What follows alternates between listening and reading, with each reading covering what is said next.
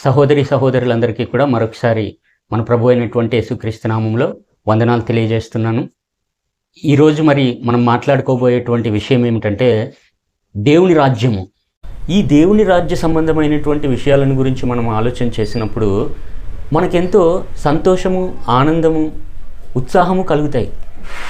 ఎందుకనంటే అది ఇప్పుడు మనం మన కళ్ళతో చూస్తున్నటువంటి, మనం నివసిస్తున్నటువంటి ఈ మానవుల సంబంధమైనటువంటి రాజ్యం వంటి రాజ్యం కాదది.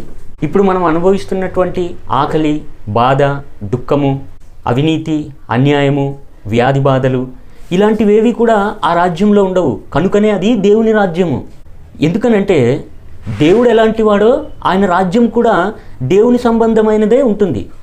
దేవుడు ఎలాంటి స్వభావం గలవాడో ఆయన రాజ్యం కూడా అలాంటి స్వభావంలోనే ఉంటుంది. ఉదాహరణకు దేవుడు ప్రేమ అయి ఉన్నాడు, దేవుని రాజ్యం కూడా ప్రేమమయమై ఉంటుంది. దేవుడు వెలుగై ఉన్నాడు, దేవుని రాజ్యం కూడా వెలుగుమయమై ఉంటుంది.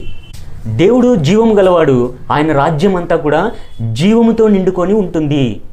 ప్రకటన గ్రంథం 21వ అధ్యాయము 3-4 వచనాలని చూస్తే ఆ విషయం మనకు తెలుస్తుంది. అప్పుడు ఇదిగో దేవుని నివాసము మనుషులతో కూడా ఉన్నది, ఆయన వారితో కాపురముండును, వారు ఆయన ప్రజలై ఉందురు, దేవుడు తానే వారి దేవుడై ఉండి వారికి తోడై ఉండును. ఆయన వారి కన్నుల ప్రతి బాష్ప బిందువును తుడిచివేయును, మరణము ఇక ఉండదు, దుఃఖమైనను ఏడ్పైనను వేదనైనను ఇక ఉండదు, మొదటి సంగతులు గతించిపోయినని సింహాసనములో నుండి వచ్చిన గొప్ప స్వరము చెప్పుట వింటిని. ఇది దేవుని యొక్క రాజ్య సంబంధమైనటువంటి స్వభావము. ఇప్పుడు దేవుని రాజ్యము అని చెప్పి మనము మొదలుపెట్టాం కదా. రాజ్యము అన్నప్పుడు దాన్ని మనము జాగ్రత్తగా పరిశీలన చేస్తే మనకి ఏమర్థమవుతుంది అని అంటే కొన్ని ప్రాథమికమైనటువంటి విషయాలు ఈ యొక్క రాజ్యము అనేటువంటి దానికి అవసరమవుతాయి. రాజ్యము అంటే ఏమిటి? మొట్టమొదట ఈ రాజ్యం అనేటువంటిది ఉండడానికి ఒక స్థలం కావాలి. ఎక్కడో గాలిలోనో లేకపోతే అది అగమ్య గోచరంగా ఉండేటువంటిది కాదు కదా. రాజ్యము అని చెప్పి నువ్వు ఎప్పుడైతే పేరు పెట్టావో ఆ రాజ్యం అనేటువంటిది ఉండడానికి ఒక స్థలం కావాలి, భూమి అనేటువంటిది కావాలి. భూమి అయిపోయిన తర్వాత ఏం కావాలి? ఆ రాజ్యాన్ని పరిపాలించడానికి ఒక రాజు కావాలి. భూమి ఉంది, రాజు ఉన్నాడు, అయితే దాన్ని రాజ్యం అంటారా? అనరు కదా. ఈ రాజు చేత ఆ యొక్క ప్రదేశంలో పరిపాలింపబడేటువంటి ప్రజలు ఉండాలి. మొట్టమొదట స్థలము కావాలి, భూమి కావాలి. ఆ తరువాత దాని మీద అధికారిగా ఉండేటువంటి రాజు కావాలి. దాని తర్వాత ఈ రాజు చేత పరిపాలింపబడేటువంటి ప్రజలు, మనుషులు అనేటువంటి వాళ్ళు ఉండాలి. సరే, స్థలము ఉన్నది, రాజు ఉన్నాడు, ప్రజలు కూడా ఉన్నారు, అయితే దాన్ని రాజ్యం అంటామా? అలా అనడానికి లేదు. ఎందుకనంటే ఒక రాజ్యం అనేటువంటిది సస్యశ్యామలంగా ప్రణాళికాబద్ధంగా నడిపింపబడాలి అని అంటే దానికి ఒక చట్టము, ఒక రూల్ అండ్ రెగ్యులేషన్, ఒక రాజ్యాంగం అనేటువంటిది అవసరం. కాబట్టి ఈ రకమైనటువంటి విధి విధానాలన్నీ కలిసినటువంటి దాన్నే ఏమంటామనంటే రాజ్యము అని చెప్పి అంటాం. ఇందులో ఏది లేకపోయినా సరే దాన్ని రాజ్యము అనేటువంటి దానిగా పరిగణింపబడడానికి అది అర్హత పొందినటువంటి దానిగా ఉండదు. రాజ్యము అనగా స్థలం ఉండాలి, రాజ్యము అనగా రాజు ఉండాలి, రాజ్యము అనగా ప్రజలు ఉండాలి.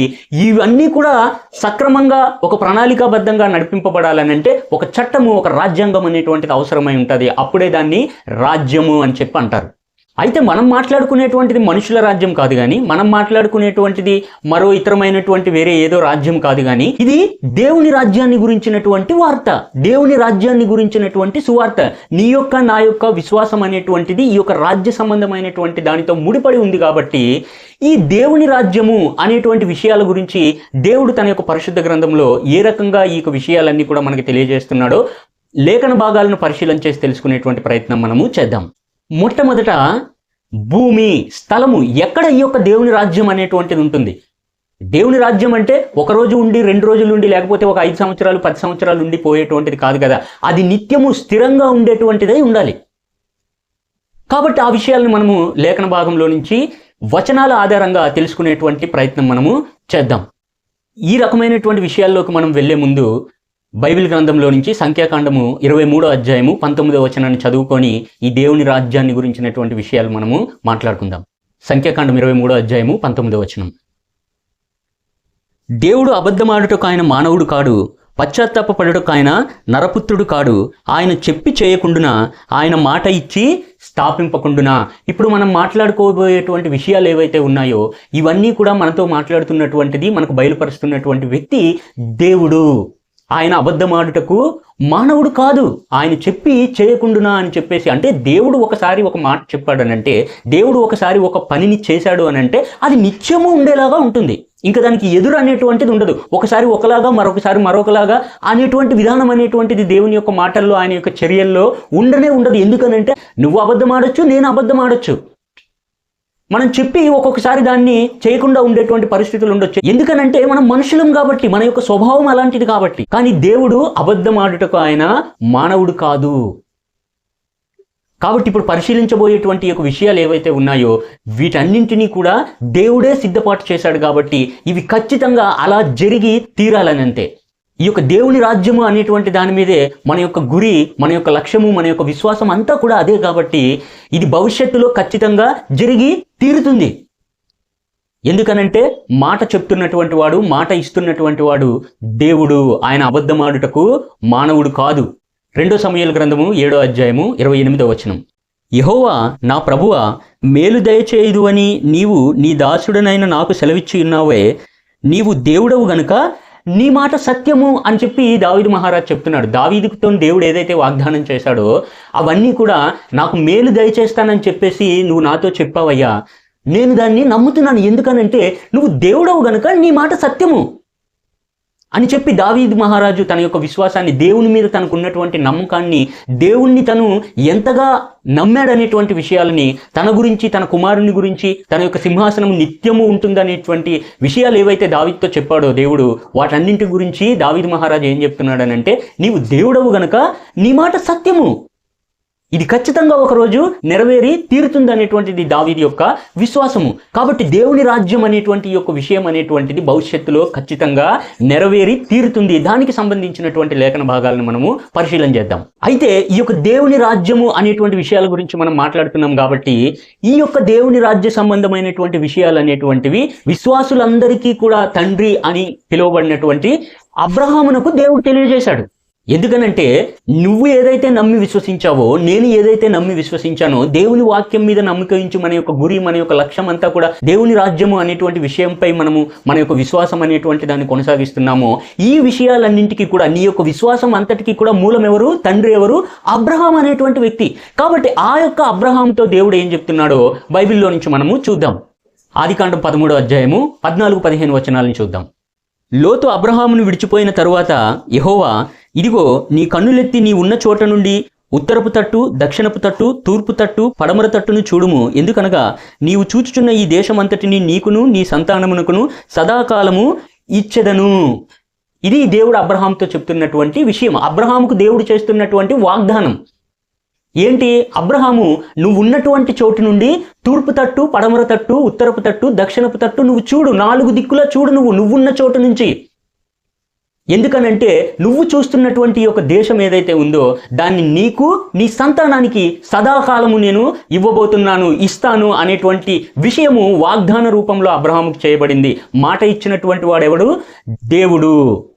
అబ్రహాముతో దేవుడు ఏం చెప్తున్నాడు? ఏ విషయాలు చెప్తున్నాడు? అబ్రహాము, నువ్వు పైకి చూడని చెప్పాడా? లేకపోతే ఆకాశంలో ఎక్కడో శూన్యంలో నేను నీకు వాగ్దానం చేస్తున్నానని చెప్పాడా? అలా చెప్పలేదు దేవుడు అబ్రహాంతోని. ఈ రోజు విశ్వాసులందరూ కూడా, క్రైస్తవులు అనబడేటువంటి వాళ్ళందరూ కూడా ఏం చూస్తున్నారనంటే పైకి చూస్తున్నారు. ఎక్కడో పరలోకంలో, ఎక్కడో దేవుడు, పరలోకం అంటేనే అది ఎక్కడో ఆకాశంలో మనకు తెలియనటువంటి చోట్లో ఉందని చెప్పేసి అనుకుంటున్నారు. అబ్రహాంతో మాట్లాడుతున్నటువంటి దేవుడు అబద్ధమాడనటువంటి దేవుడు.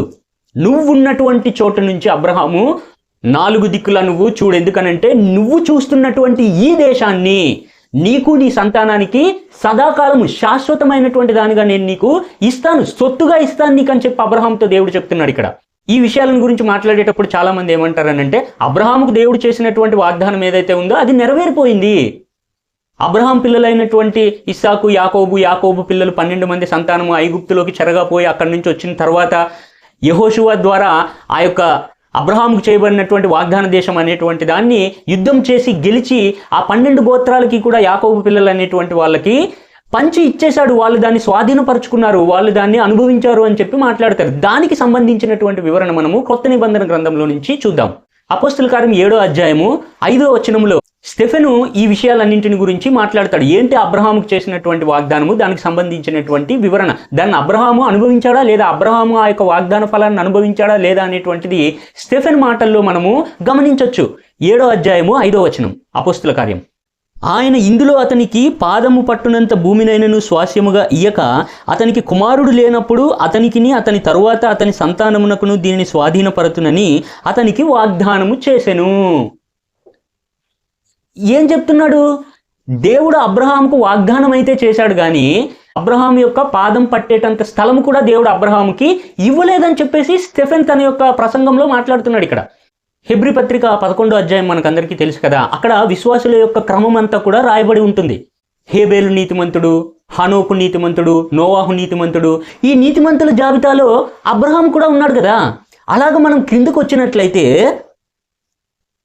చూడండి, 8వ వచనంలో అబ్రహాము పిలువబడినప్పుడు విశ్వాసమును బట్టి ఆ పిలుపునకు లోబడి తాను స్వాస్యముగా పొందనయున్న ప్రదేశమునకు బయలు వెళ్ళెను.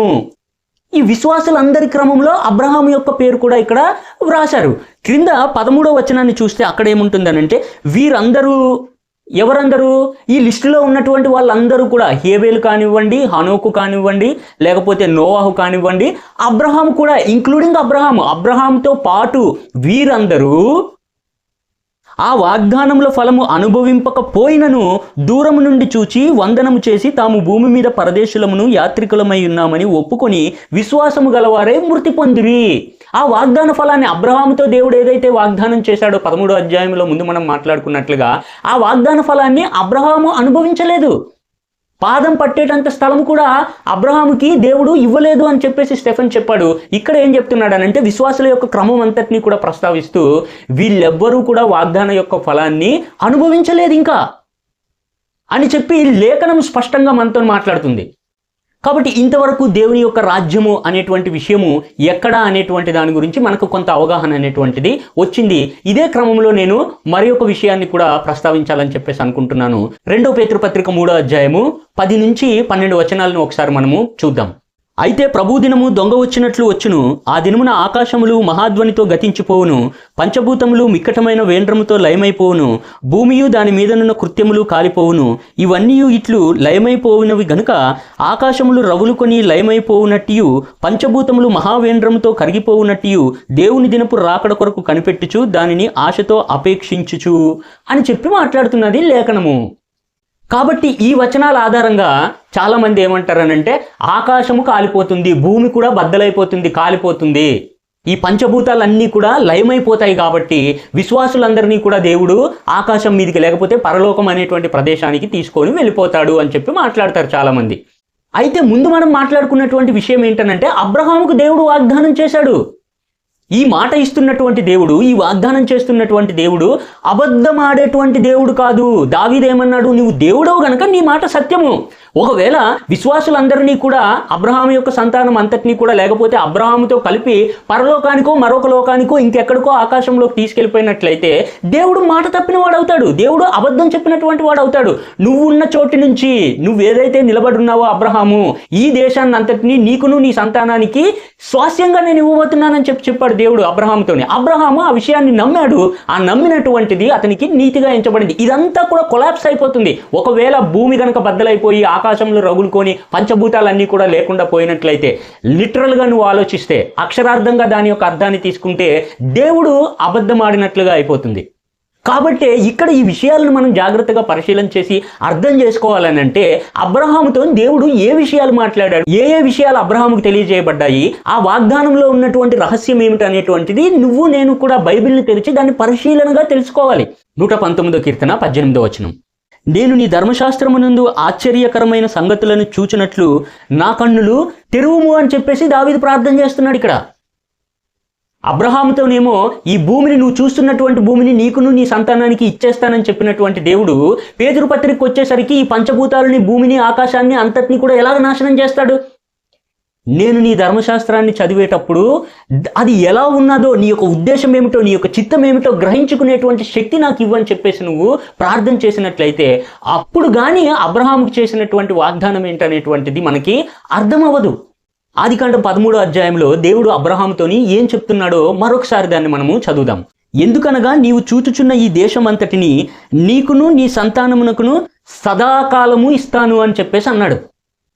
ఎన్ని రోజులు ఇస్తానండి? సంవత్సరం ఇస్తానన్నాడా? లేకపోతే అబ్రహాము నువ్వు బ్రతికినంత కాలం ఇస్తానన్నాడా? నీ సంతానము బ్రతికినంత కాలం ఇస్తానన్నాడా?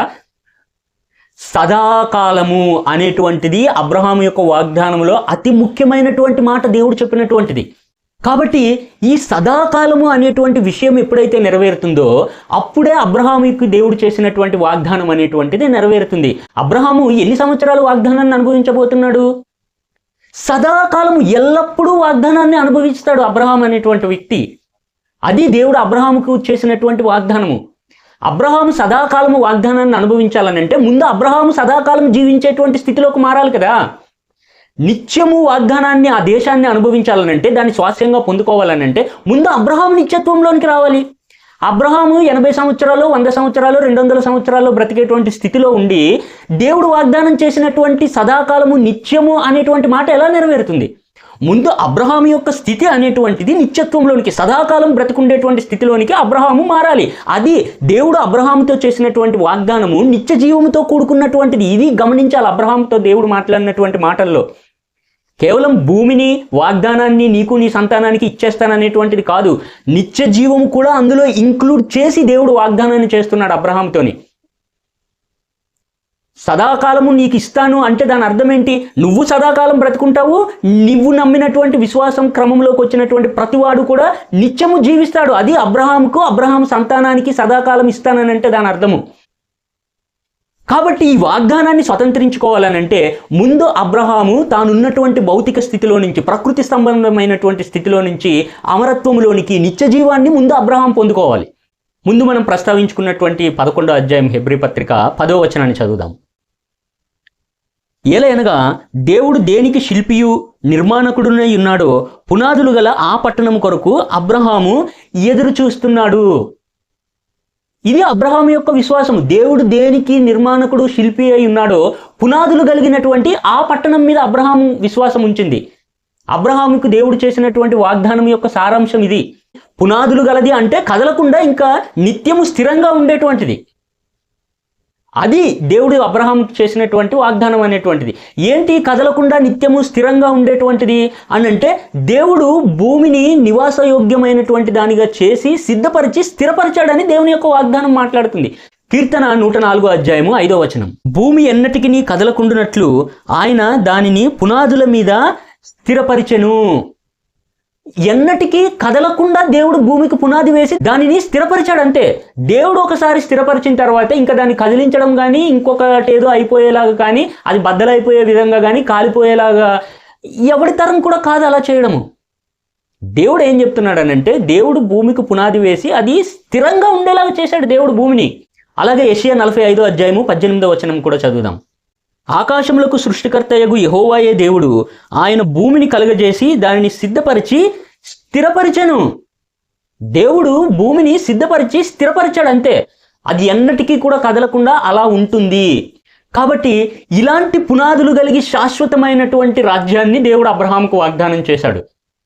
అది 4 రోజులుండి, 3 రోజులుండి ఆ తర్వాత పోయి మళ్ళీ వచ్చి అలా ఉండదు. ఇశ్రాయేలు యొక్క చరిత్ర అంతా కూడా మనం పరిశీలన చేస్తే ఐగుప్తు నుంచి రాజు వస్తాడు ఒకసారి, లేకపోతే కల్దీల దేశం నుంచి రాజు వస్తాడు ఒకసారి, మరొకసారి రోమియుడు వస్తాడు, మరొకసారి గ్రీకు దేశస్తుడు వస్తాడు. ఇలాగ 10 సార్లు పోగొట్టుకొని 10 సార్లు మళ్ళీ వాళ్ళు వచ్చి ఆ రాజ్యాన్ని స్వతంత్రించుకోవడము, మళ్ళీ ఎవడో వచ్చి అక్కడి నుంచి తరిమేయడము, మళ్ళీ రావడము, మళ్ళీ వెళ్ళిపోవడం. ఇలా ఉండదు అబ్రహాం యొక్క వాగ్దానం అని అంటే. యెహోషువ ద్వారా దేవుడు వీళ్ళని యోర్దాను నది దాటించి వాగ్దాన దేశంలోనికి తీసుకొని వచ్చాడు. కానీ అది సదాకాలమైనటువంటి వాగ్దానం నెరవేర్పు కాదు అది. ఆ తర్వాత ఎంతమంది రాజులు వచ్చి వాళ్ళని బానిసలుగా పట్టుకొని పోలేదు. ఆ తర్వాత ఎన్నిసార్లు దేవుడు ఆ యొక్క వాగ్దానం దేశంలో నుంచి వాళ్ళని తరిమేయలేదు. అలా ఉండదు దేవుని యొక్క వాగ్దానం నెరవేర్పు అంటే. సదాకాలము ఇస్తాను అబ్రహాము అన్నాడు. ఒకసారి అబ్రహాము ఆ యొక్క వాగ్దాన ఫలాన్ని పొందాడనంటే మళ్ళీ ఇంకొక రాజు ఎవడో వచ్చి మళ్ళీ ఇంకొకడు ఎవడో వచ్చి యుద్ధం చేసి దాన్ని తీసుకునేటువంటి విధంగా ఉండదు వాగ్దానం యొక్క నెరవేర్పు అనేటువంటిది. శాశ్వతంగా సదాకాలము అబ్రహాము దాన్ని పొందుకుంటాడు. అబ్రహాము ఉంచినటువంటి విశ్వాసాన్ని, అదే మార్గంలో దేవుణ్ణి నమ్మినటువంటి ప్రతి ఒక్కరికి కూడా ఆ రకమైనటువంటి వర్తింపే వర్తిస్తుంది. కాబట్టి ఈ యొక్క అబ్రహాముతో చేసినటువంటి వాగ్దానం నెరవేరాలంటే అబ్రహాముతో పాటు ఆ వాగ్దానంలోనే మరొక భాగం ఏంటనంటే నీ యందు భూమిలోకంలో ఉన్నటువంటి సమస్తమైనటువంటి వంశాలన్నీ కూడా ఆశీర్వదింపబడతాయి అనేటువంటి మాట కూడా ఉంది అదే వాగ్దానంలో. 12వ అధ్యాయము 3వ వచనం చూడండి ఒకసారి. నిన్ను ఆశీర్వదించు వారిని ఆశీర్వదించెదను, నిన్ను దూషించు వారిని శపించెదను, భూమి యొక్క సమస్త వంశములు నీ యందు ఆశీర్వదింపబడునని అబ్రహాముతో అనగా. దేవుడు అబ్రహాముకు అబ్రహాము యొక్క సంతానానికి మాత్రమే కాదు కానీ భూమి మీద ఉన్నటువంటి సమస్తమైనటువంటి వంశాలన్నీ కూడా ఈ వాగ్దానం వలన ఆశీర్వాదం అనేటువంటిది దేవుడు ఏర్పాటు చేశాడు. ఈ నమ్మిక ఎవడైతే ఉంచుతాడో, దేవుడు చెప్పినటువంటి ఈ మాటల యందు ఎవడైతే విశ్వాసం ఉంచుతాడో వాడు భూమి యొక్క సమస్త వంశంలో నుంచి దేవుడు ఆశీర్వాదించేటువంటి జనాభాలోనికి వచ్చేస్తారు. కాబట్టి మనందరి యొక్క విశ్వాసం ఏంటనంటే అబ్రహాము యొక్క వాగ్దానములో ప్రవేశించడము. దాన్ని ఎఫెసీ పత్రికలో అంటాడు కదా, ఈ సువార్త యొక్క మర్మం ఏదనగా యూదులతో పాటు అన్యజనులు సమాన వారసులు అవ్వాలనేటువంటిదే అని చెప్పేసి పౌలు ఎఫెసీలకు మాట్లాడతాడు. ఆ విషయం మనందరికీ కూడా తెలుసు. అదే భూమి యొక్క సమస్త వంశాలన్నీ నీ యందు ఆశీర్వదింపబడతాయి అబ్రహాం అని అంటే అదే ఈ సువార్త ద్వారా భూలోకమందున్న ప్రతి ఒక్కడు కూడా అబ్రహాం సంతానంగా దేవుడు మారుస్తున్నాడు నువ్వు నమ్మినట్లయితే. ఒకవేళ నువ్వు దేవుడు నన్ను పరలోకం తీసుకెళ్ళిపోతాడనండి, లేకపోతే మరెక్కడికో తీసుకెళ్ళిపోతాడండి, పరదేశికి తీసుకెళ్ళిపోతాడండి అని అంటే నీకు అబ్రహాం వాగ్దానానికి ఏ రకమైనటువంటి సంబంధం కూడా లేదు. అబ్రహాంకి అయితే సదాకాలం ఇస్తానన్నాడు. అబ్రహాం దాన్ని నమ్మాడు. అబ్రహాంకి దేవుడు ఎలాగా ఇస్తాడు? ఎందుకనంటే వాగ్దానం చేసినటువంటి వాడు నమ్మదగినటువంటి వాడు. నువ్వు దాన్ని నమ్మకుండా మరేదో నమ్మినట్లయితే అబ్రహాముకు నీకు, దేవునికి నీకు ఏ రకమైనటువంటి సంబంధం కూడా ఉండదు. కాబట్టి ఈ వాగ్దానం నెరవేరాలనంటే ముందు అబ్రహాం యొక్క స్థితి అనేటువంటిది మారాల్సినటువంటి అవసరం ఉన్నది. భౌతిక సంబంధమైనటువంటిది, ప్రకృతి సంబంధమైన రక్తమాంసములతో కూడినటువంటి అశాశ్వతమైనటువంటి ఈ యొక్క శరీరంతో ఆ వాగ్దానాన్ని స్వతంత్రించుకోవడము, దాన్ని పొందుకోవడం అనేటువంటిది అసాధ్యము. ఈ విషయాన్ని చాలా జాగ్రత్తగా మనందరం కూడా గమనించాలి. 1 కొరింథీయులకు రాసిన పత్రిక 15వ అధ్యాయము 50వ వచనం చదువుదాం. సహోదరులారా, నేను చెప్పున్నది ఏమనగా రక్తమాంసములు దేవుని రాజ్యమును స్వతంత్రించుకొన నేరవు. ఎలాగండి నెరవేరిపోతుంది అబ్రహాం యొక్క వాగ్దానము? యాకోబు పిల్లలందరికీ కూడా స్వాస్యాన్ని దేవుడు ఇచ్చాడు, కాదనడం లేదు. కానీ అది అబ్రహాం యొక్క వాగ్దానం యొక్క నెరవేర్పు ఎంత మాత్రం కూడా కాదది. ఎందుకనంటే రక్తమాంసములు అనేటువంటివి దేవుని రాజ్యాన్ని స్వతంత్రించుకొన లేవు అని చెప్పి లేఖన భాగం మాట్లాడుతుంది.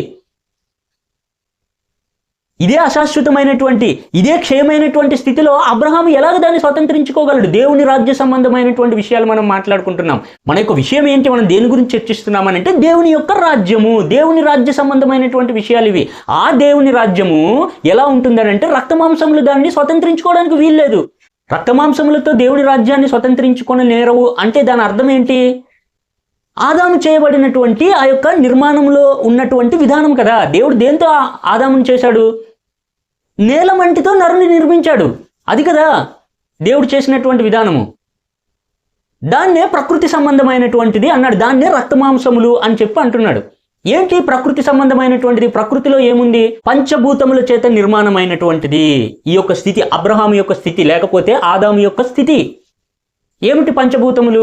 గాలి, నీరు, నేల, ఆకాశము, అగ్ని. ఇవి కదా పంచభూతాలని అంటే. ఈ పంచభూతముల చేత నిర్మింపబడినటువంటి ఈ యొక్క శరీరం ఇది ప్రకృతి సంబంధమైనటువంటిది. గాలి, నీరు, నేల, ఆకాశము, అగ్ని, ఇవి పంచభూతాలని అంటే. వీటి ద్వారా ఈ యొక్క నిర్మాణం అనేటువంటిది, అంటే దేవుని రాజ్యంలోకి ప్రవేశించడానికి నిన్ను ఆపుతున్నటువంటిది ఏంటి అని అంటే రక్తమాంసములు. ఈ యొక్క శరీరం ప్రకృతి సంబంధమైనటువంటి ఈ యొక్క నిర్మాణమే నిన్ను దేవుని రాజ్యానికి, లేకపోతే అబ్రహాము యొక్క వాగ్దానాన్ని స్వతంత్రించుకోవడానికి నీకు అడ్డుగా ఉన్నటువంటిది ఏంటంటే ఈ యొక్క పంచభూతాలు. దీన్ని వివరిస్తున్నాడు పేతురు. మరలా ఒకసారి ఆ లేఖన భాగాన్ని చదువుదాం. అయితే ప్రభు దినము దొంగ వచ్చినట్లు వచ్చును, ఆ దినమున ఆకాశములు మహాధ్వనితో గతించిపోవును, పంచభూతములు మిక్కటమైన వేండ్రముతో లయమైపోవును, భూమియు దాని మీదనున్న కృత్యములు కాలిపోవును. ఇవన్నీ ఇట్లు లయమైపోవును గనుక ఆకాశములు రవులుకొని లయమైపోవునట్టు, పంచభూతములు మహావేంద్రంతో కరిగిపోవునట్టు అని చెప్పి మాట్లాడుతున్నాడు. ఏంటి తీసివేయబడేటువంటిదంటే ప్రకృతి సంబంధమైనటువంటి ఈ యొక్క శరీరాన్ని దేవుడు తీసేస్తున్నాడు. దాన్నే ఏమన్నాడనంటే యేసుక్రీస్తు నేను లోకాన్ని జయించాను అని అంటే పంచభూతములు, ఆకాశం అనేటువంటి దాన్ని, లేకపోతే ఈ యొక్క భూ సంబంధమైనటువంటి విషయాలు ఏవైతే ఉన్నాయో, లోక సంబంధమైనటువంటి విషయాలు ఏవైతే ఉన్నాయో, వీటన్నింటినీ నేను గెలిచాను, నేను లోకమును జయించి ఉన్నాను అని అంటే ఈ యొక్క పంచభూతముల చేత నిర్మింపబడినటువంటి యొక్క నిర్మాణాలన్నింటినీ కూడా ఇలా చేశాడనమాట దేవుడు. యేసుక్రీస్తునందు భూ సంబంధమైనటువంటిదంతా కూడా దేవుడు కాల్చివేశాడు. ప్రకృతి సంబంధమైనటువంటి పంచభూతాలన్నీ కూడా లయమైపోయినాయి. ఆకాశములు మహావేంద్రంతో కరిగిపోయి చెల్లాచెదరైపోయినాయి. ఎక్కడ?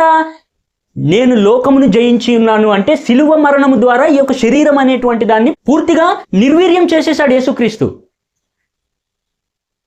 కాబట్టి లేఖనం ఏం మాట్లాడుతున్నది, అబ్రహాము యొక్క వాగ్దానం ఎలా నెరవేరుతున్నది, ఇక్కడ చెప్పినటువంటి విషయాలు దేని సంబంధమైనటువంటివి అనేటువంటివి మనం చాలా జాగ్రత్తగా గమనించి ఈ వాక్య భాగాలను మనము పరిశీలన చేయాలి. ఆకాశంలో రగులుకొని లయమైపోతాయంటే దాని అర్థం ఏంటి, ఆకాశం అంటే ఏంటనేటువంటిది పైన చెప్తున్నాడు చూడండి. అదే 3వ అధ్యాయము 5వ వచనం నుంచి చదివినట్లయితే, ఏలయనగా పూర్వము నుండి ఆకాశం ఉండననియు నీళ్లలో నుండి నీళ్ల వలన సమకూర్చబడిన భూమియు దేవుని వాక్యం వలన కలిగిననియు వారు బుద్ధిపూర్వకముగా మరతురు. ఆ నీళ్ల వలన అప్పుడున్న లోకము నీటి వరదలలో మునిగి నశించిన. అయితే ఇప్పుడున్న ఆకాశమును భూమియు భక్తిహీనుల తీర్పును నాశనము జరుగు దినం వరకు అగ్ని కొరకు నిలువ చేయబడినవై అదే వాక్యం వలన భద్రము చేయబడి ఉన్నవి. ఆకాశము రగులుకొని పోయిందంట. దాన్ని ఇప్పుడు మనం చదివినటువంటి యొక్క 5వ వచనం నుంచి మనం కిందికి చదివాం కదా, ఆ విషయాలు ఏం మాట్లాడుతున్నాయంటే పూర్వం నుండి ఆకాశం ఉన్నది, అప్పుడు ఉన్నటువంటి ఆకాశము నీటి వరదలలో కొట్టుకొని పోయి నశించిపోయింది. ఇప్పుడున్నటువంటి ఆకాశము రాబోయేటువంటి దేవుని వాక్యం యొక్క తీర్పు కొరకు కనిపెడుతున్నది. అది కదా లేఖన భాగం యొక్క సారాంశము. ఏమిటి, ఎన్ని ఆకాశాలు ఉన్నాయి, ఎన్ని ఆకాశాలు పోయాయి అని అంటే పరిశుద్ధాత్మ సంబంధమైనటువంటి విషయాలను మాట్లాడుతూ పరిశుద్ధాత్మ అనేటువంటి వీడియోలో ఈ విషయాలను గురించి దేవుని వాక్యము ఏ విషయాలను మాట్లాడుతుంది, ఎలాగ మాట్లాడుతుంది, ఎన్ని విధాలుగా మాట్లాడుతుంది అనేటువంటిది అక్కడ నేను చాలా క్లియర్గా ఎక్స్ప్లెయిన్ చేశాను లేఖనాధారాలతో. ఆ వీడియో సంబంధమైనటువంటి లింక్ నేను డిస్క్రిప్షన్లో ఇస్తాను. ఒకవేళ మీకు ఈ యొక్క పోలిక భాష, అలంకరణ భాష అర్థమవ్వాలనంటే చాలా క్లియర్గా నేను చెప్పాను. కింద డిస్క్రిప్షన్లో ఆ లింక్ ఉంటుంది. అక్కడికి వెళ్ళి ఆ వీడియోని చూసినట్లయితే ఆ విషయాలన్నీ కూడా మీకు అందులో ఉంటాయి పరిశుద్ధాత్మ అనేటువంటి వీడియోలో. కాబట్టి పూర్వం నుంచి ఉన్నటువంటి ఆకాశము నీటి వరదలలో కొట్టుకొని పోయిందంట. ఏంటి, దేని గురించి మాట్లాడుతున్నాడు? నోవాహు సంబంధమైనటువంటి జల ప్రవాహం గురించి కదా. అంటే అప్పుడు ఉన్నటువంటి ఆకాశం అనేటువంటిది తీసివేయబడింది. ఏంటి తీసేశాడు? ఆకాశాన్ని తీసేశాడా? కాదు, మనుషుల యొక్క అధికారాన్ని దేవుడు తొలగించాడు. నోవాహు అనేటువంటి వాడి ద్వారా క్రొత్త దాన్ని దేవుడు తీసుకొని వచ్చాడు. నిజానికి ఆకాశం పోలేదు. అయితే ఇప్పుడున్నటువంటి ఆకాశము దేవుని యొక్క వాక్యము చేత, అగ్ని చేత తీర్పు తీర్చబడడానికి అని చెప్పేసి ఎదురు చూస్తుంది అంటున్నాడు. ఏంటి ఇప్పుడున్నటువంటి ఆకాశము? యేసుక్రీస్తు తిరిగి వచ్చేటప్పుడు ఎలా ఉంటాయంటే పరిస్థితులు నోవాహు దినములలో జరిగినట్లు జరుగుతాయి, లోతు దినములలో జరిగినట్లు జరుగుతాయి అని చెప్పేసి అన్నాడు. ఇది అప్పుడున్నటువంటి పరిస్థితి, అప్పుడున్నటువంటి ఆకాశమే ఇప్పుడు కూడా అలాంటి ఆకాశమే ఉంటుంది. నోవాహు దగ్గర ఎలాంటి ఆకాశం ఉందో యేసుక్రీస్తు వచ్చే ముందు ఉన్నటువంటి ఆకాశం కూడా అలాగే ఉంటుంది. అప్పుడు మనుషులు ఎలాగైతే సాటి మనుషులను బలాత్కారంతో, అంటే బలప్రయోగం, ఆకాశం అంటే అధికారానికి సూచన అని చెప్పి మనం మాట్లాడుకున్నాం కదా. కాబట్టి ఇప్పుడు కూడా ఆ రకమైనటువంటి పరిస్థితి. అయితే ఈ ఆకాశం కూడా తీసివేయబడుతుంది.